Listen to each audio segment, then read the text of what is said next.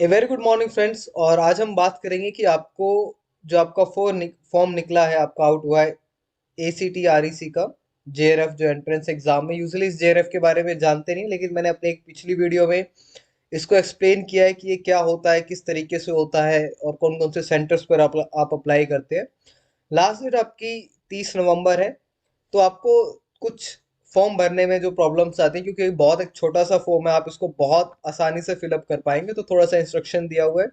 सबसे पहले last date है, उसके बाद आपको हार्ड कॉपी सबमिट नहीं करना है, और जो भी इंफॉर्मेशन आप प्रोवाइड कर रहे हैं वो आपकी बेस्ट ऑफ द नॉलेज होना चाहिए।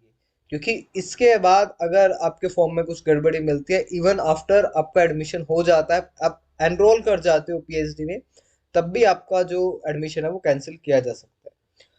तो उसके बाद आपको जो भी फाइल सिलेक्ट करनी है, आपको एक पासपोर्ट साइज फोटो चाहिए जो 6 मंथ पुराना हो, इससे ज़्यादा ना हो।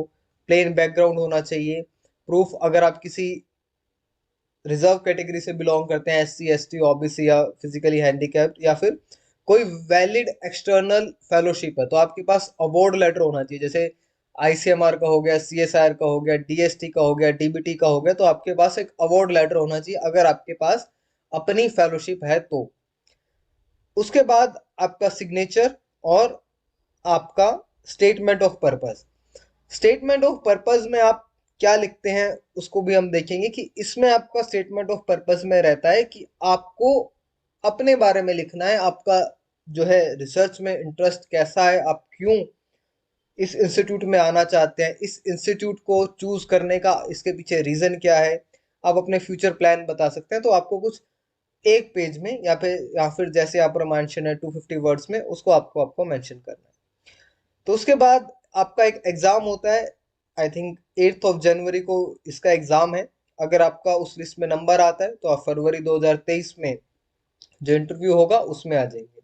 और ये आपको आपकी अलग से फेलोशिप भी देता है। अगर आपके पास CSIR वगैरह, ICMR, UGC, DBT कुछ भी है, तो आपको ये एग्जाम देने की जरूरत नहीं है। अगर आपके पास नहीं है तो आप ये एग्जाम देते हैं, तो फिर आपको फेलोशिप जो CSIR को मिलता है 31% प्लस 10 या 12 या 16% जो भी HRA का अमाउंट होता है वो मिलता है।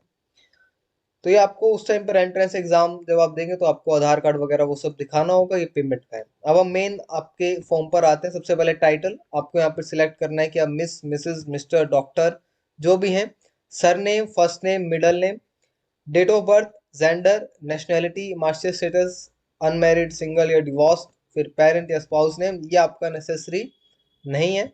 उसके बाद permanent address, pin code, present country, present state, present city, mobile number, alternative mobile number and email ID. जो आप जिस पे आपका स्टार नहीं लगा हुआ है वो आप खाली छोड़ सकते हैं। ईमेल आईडी आपको देना पड़ेगा, पर बेटर है आप एक अल्टरनेटिव मोबाइल नंबर या अल्टरनेट ईमेल आईडी अगर है आपके पास तो जरूर दें।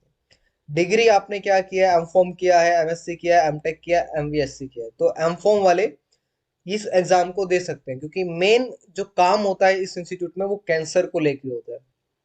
कैंसर की जो मेडिसिन हैं, जो भी आपकी ड्रग्स हैं उनको लेकर होता है, उनके साइड इफेक्ट को कम करने को लेकर होता है, या जो कैंसर की जो प्रोसेस है उसको लेकर होता है, या जेनेटिकली कैंसर स्प्रेड हो रहा है या कैसे हो रहा है उस चीज पे। हालांकि होता नहीं है लेकिन फिर भी काम होता है एपिस्टेसिस वगैरह पे।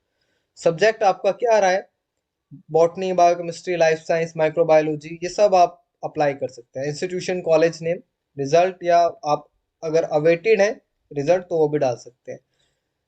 अगर आप किसी गवर्नमेंट सर्विसेज में हैं, SC ST से है, फिजिकल हैंडीकैप्ड है, अगर आप गवर्नमेंट सर्विसेज में हैं तो आपको यहाँ पर यस करना होगा। उसके बाद आपसे कोई एक आपका नो ऑब्जेक्शन सर्टिफिकेट, कि आप ये फॉर्म अप्लाई कर रहे हैं तो आपकी जिस इंस्टीट्यूट के लिए, जिस आप डिपार्टमेंट के लिए काम कर रहे हैं उसको कोई ऑब्जेक्शन नहीं है, तो वो आपको एक लगाना पड़ता है। SC ST अगर आप है तो आपको फाइल अपलोड करनी पड़ेगी। फिजिकल हैंडीकैप्ड है तब भी आपको आपका मेडिकल सर्टिफिकेट जो भी है वो रखना पड़ेगा। इसके अलावा कोई एक्सटर्नल JRF आपके पास है तो ठीक है, नहीं है तो आप आगे बढ़ जाइए। अगर है तो आपको डिटेल देना पड़ता है।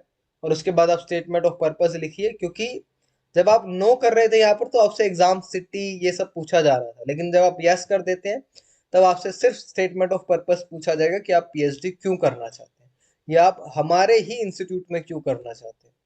तब आपको लिखना होता है और आपको एग्जाम देने की जरूरत नहीं पड़ती। जब आप नो कर देंगे तो एग्जाम सेंटर्स जैसे आपका बेंगलुरु, चेन्नई, दिल्ली, हैदराबाद, गुवाहाटी, पुणे, वाराणसी, तो कुछ आपके 8 या 10 जो मेन शहर है इंडिया के वही है। Statement of purpose, payment option, फिर आपका फोटो पासपोर्ट साइज जो कि 6 महीने से ज्यादा पुराना ना हो, और आपका सिग्नेचर। वेरिफिकेशन कोड जैसे 1+1 पूछा है आपसे। और जनरली आई थिंक ये जो फॉर्म है ये अराउंड आपका 750 का है। तो आपको ये फॉर्म भरना है, और इतना सा ही फॉर्म है, इससे ज्यादा आपसे कुछ नहीं पूछा। तो this is all about this form, how you can fill this form. Thank you so much and all the best. In the next video we are going to talk about any other exam for the PhD or the PG. Thank you so much and all the best.